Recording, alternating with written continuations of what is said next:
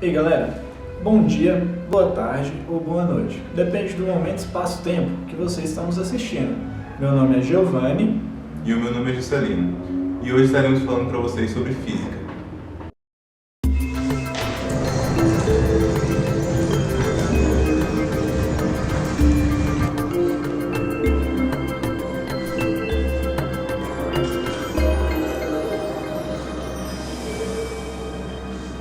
Hoje iremos trabalhar alguns fatores presentes no cotidiano, como energia, massa e velocidade. Vamos trabalhar cada um desses fatores isoladamente para compreendermos melhor de que se trata cada um deles, para depois juntarmos tudo em uma equação. A famosa fórmula que revolucionou o mundo e a ciência, E igual a mc ao quadrado. Vamos começar falando da nossa primeira variável, E de energia.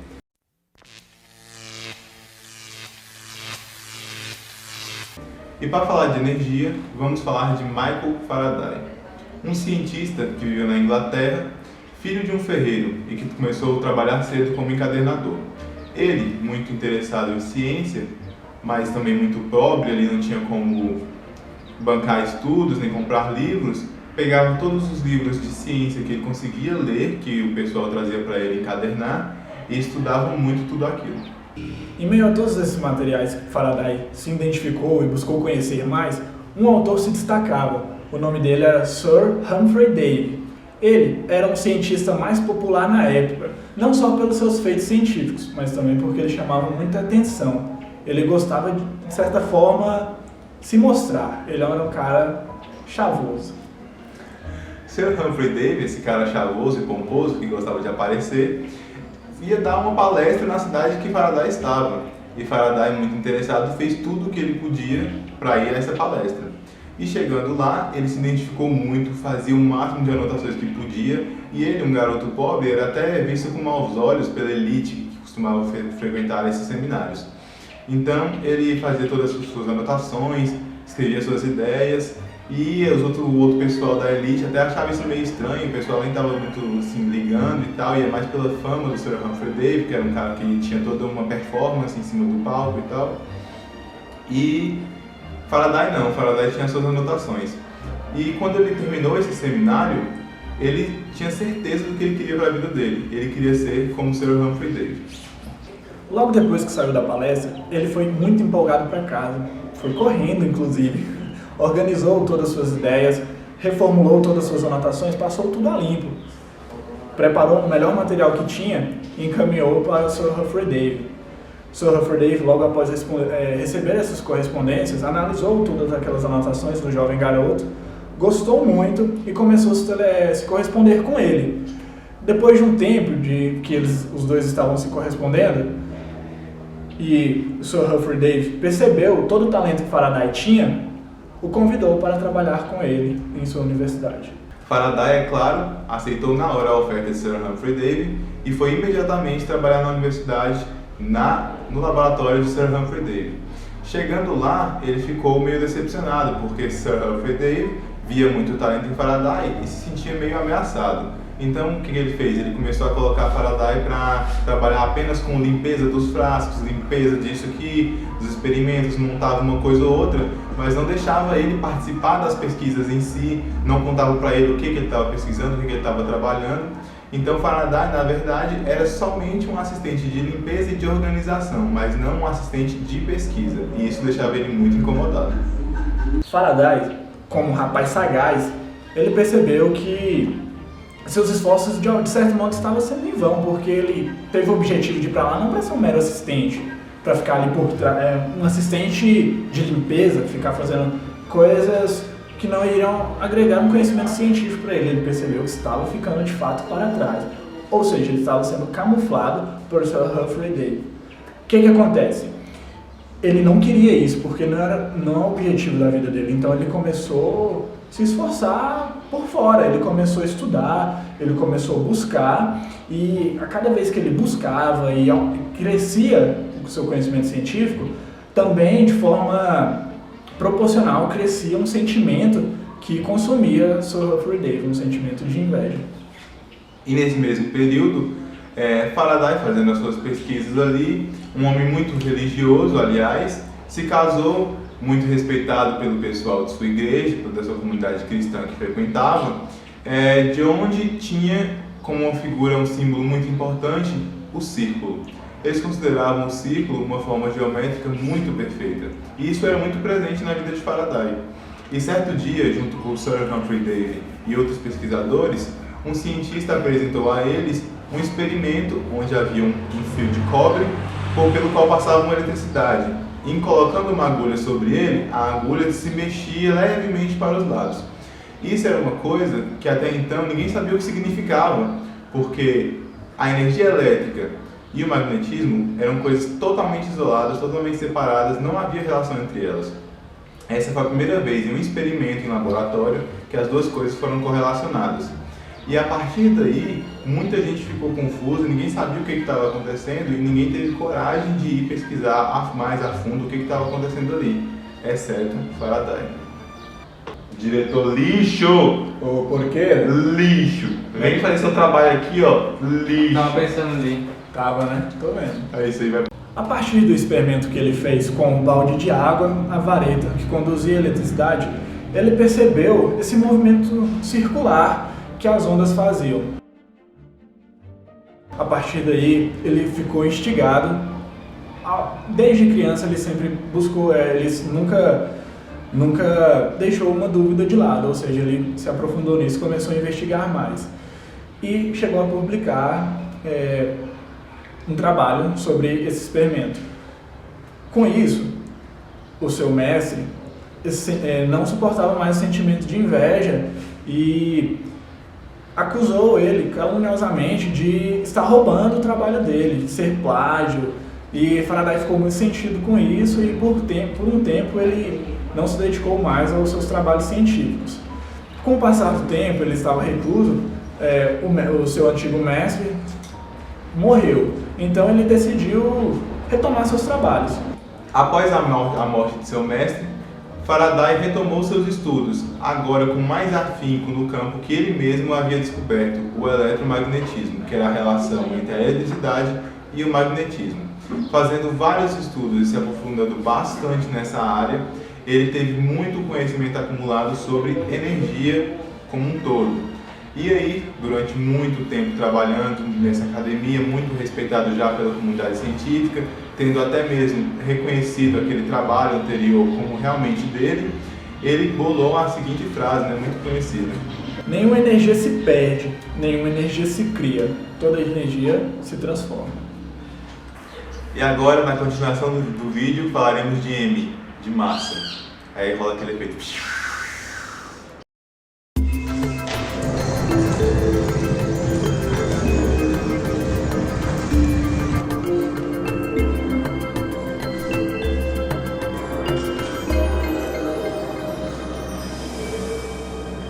E para falar de M de massa, vamos falar do cara que mais estudou sobre massa, Antoine Lavoisier. Bom, vamos começar. Lavoisier era um cara francês que vinha de uma família rica e com a herança que ele recebeu dessa família, ele pôde construir o próprio laboratório e começar a fazer as próprias pesquisas de que ele tanto gostava. Conforme ele foi começando a pesquisar, junto com sua esposa Marianne, que ele salvou de um casamento ali arranjado que ele ia ter, ele se casou com ela quando ela tinha 13 anos. Ela sempre foi muito dedicada a ele, sempre ajudou ele nos experimentos, ajudou ele com tudo que ele queria fazer. E os dois juntos ficaram muito fascinados pela massa. Nos experimentos que eles faziam, eles sempre ficavam fascinados com a exatidão, com a precisão de sempre manter a mesma quantidade e de conseguir medir a quantidade final daquele experimento que eles estavam fazendo. A continuação da história é interessante, porque Antoine sempre trabalhou com sua esposa em seu laboratório, eles tinham aparelhos que mediam com uma precisão incrível. E certo dia, um rapaz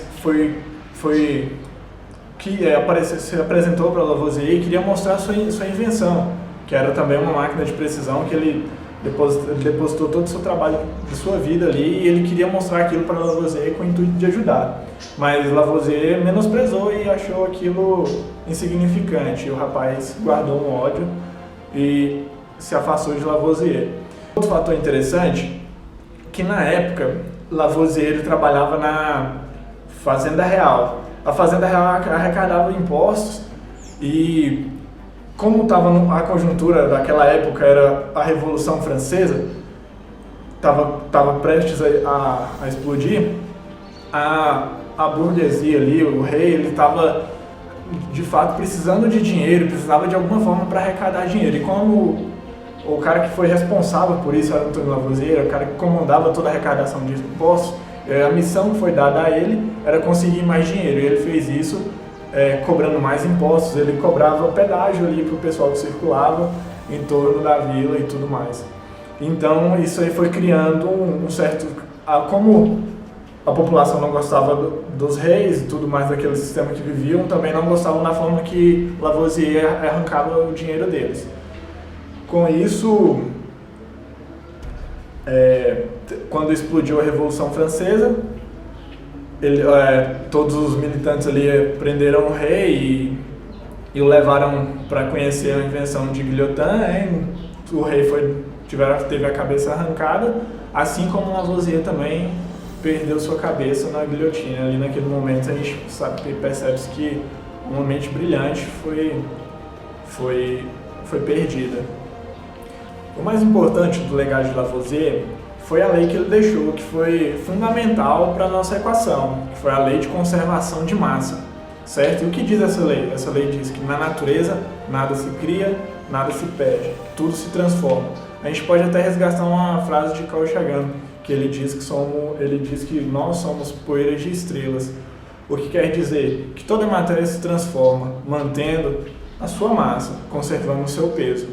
Assim a gente pode observar em tudo, do metal, quando é derretido e vira liga para outros metais, da areia, quando trabalhada se transforma em vidro, entre outras coisas que a gente se encontra na natureza, que estão em constante transformação, que podem se transformar de acordo com o meio e a forma que interagem com a natureza.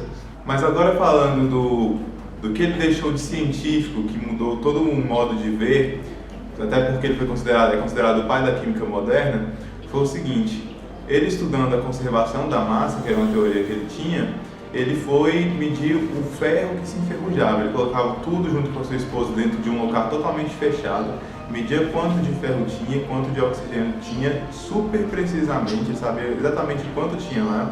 E então ele queria saber, o ferro, quando enferruja, ele fica mais leve ou mais pesado? E aí, depois de fazer esses experimentos, ele descobriu que o ferro fica mais pesado, porque o oxigênio que estava dentro daquele ambiente se integra ao ferro. E aí, ele descobriu também que o mesmo peso que aumentou no ferro, diminuiu do que era de oxigênio.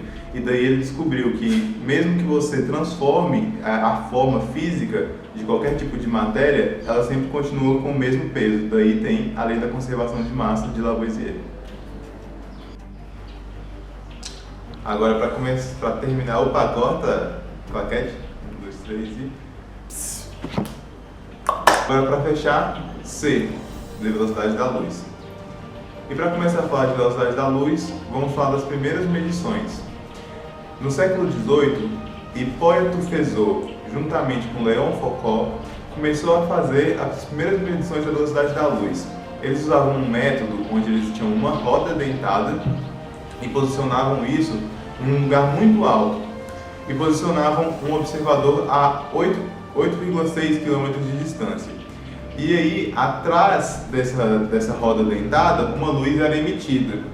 E aí, conforme a roda dentada ia passando, a luz era cortada e ia sendo emitida, cortada e emitida.